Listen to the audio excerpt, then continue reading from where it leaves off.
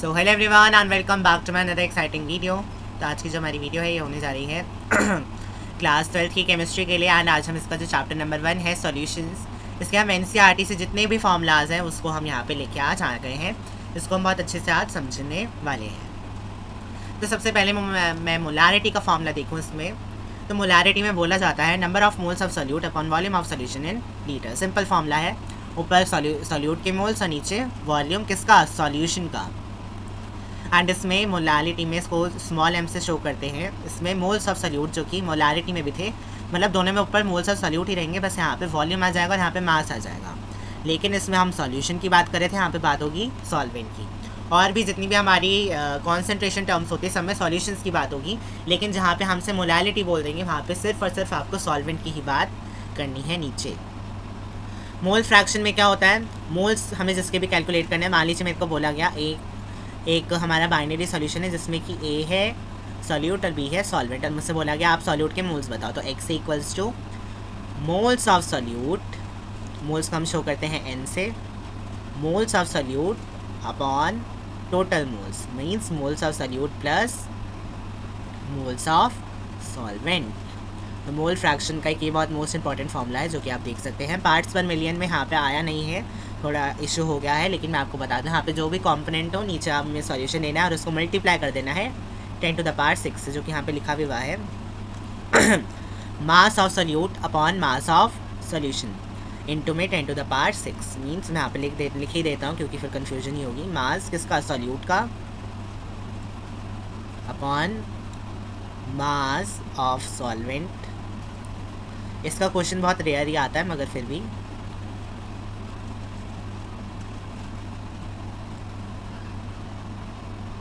Into 10 to the power 6। I hope समझ में आया होगा फॉर्मूला। मोलर एलिवेशन कांस्टेंट का फॉर्मूला देख लेते हैं। Equals to K B into M.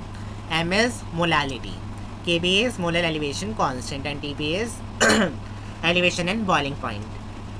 उसमें कितना चेंज हुआ है और डिप्रेशन ऑफ फ्रीजिंग पॉइंट में कितना चेंज हुआ है वो शो करता है टी एफ। के F is molar depression constant और एम इज मोलालिटी। रॉल्ड्स लॉ की मैं बात करूँ तो इसमें हमें बताया गया था that the pressure of any substance, मान लीजिए ए की मैं बात करूँ तो इसका प्योर वेपर प्रेशर हम कर देंगे मल्टीप्लाई इसके मोल फ्रैक्शन से। इसी तरीके से बी के लिए होगा, बी को हम सॉल्यूट सॉल्वेंट जो भी दिया होगा उस हिसाब से ज्यूम करेंगे। वेंट ऑफ फैक्टर आई का फॉर्मूला क्या होता है, observe qualitative property upon calculative qualitative property, मतलब कितना हमने सोचा था, एक्सपेक्ट करा था और कितना हमें मिला। इस तरीके से आपको इसका फॉर्मूला देखना है।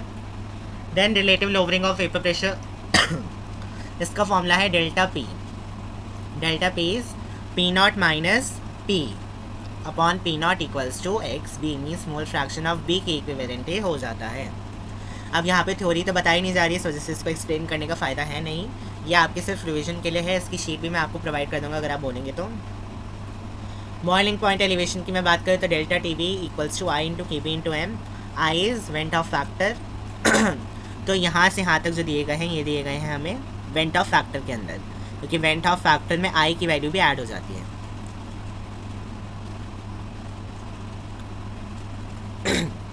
Van't Hoff factor is represented by I. तो I into K B into M, मतलब जो फॉर्मूला यहाँ पे था फॉर्मूला वही रहेगा, बस यहाँ पे इंटू में आई भी हो जाएगा। आई की वैल्यू कैसे निकालते हैं, आई या फिर मैं अल्फ़ा बताऊँ, alpha equals to I minus 1 upon N minus 1, या फिर आई बोलूँ तो I equals to degree of dissolution या फिर association upon degree of dissolution और एसोसिएशन, ऐसे होता है। फ्रीजिंग पॉइंट में भी वही रहेगा। ऑस्मोटिक प्रेशर का फॉर्मूला आप देख लीजिए, pi equals to i C R T. यहाँ पे कहीं स्पेस हो तो मैं लिख देता हूँ, वेट कीजिएगा, वेट टू सेकेंड, मुझे स्पेस दिख नहीं रहा है तो मुझे कुछ क्लियर करना पड़ेगा। यहाँ पे क्लियर कर लेते हैं, कोई बात नहीं। पाई इक्वल्स टू आई, आपको यही वाला फॉर्मूला याद रखना है, आई सी आर टी वाला, मतलब हर में जिसमें भी आई वाला फॉर्मूला हो आपको ये वाला फॉर्मूला नहीं याद रखना है, आपको सिर्फ और सिर्फ एक ही फॉर्मूला याद करना है जो कि ये वाला है ये वाला है, और ये वाला भी नहीं याद करना है। इसकी जगह मैं आपको दूसरा बता रहा हूँ, pi equals to i C R T, या फिर आई कॉन्सेंट्रेशन को मैं मोलारिटी बोल सकता हूँ, आर की वैल्यू 0.0821 और P V equals to NRT होता है।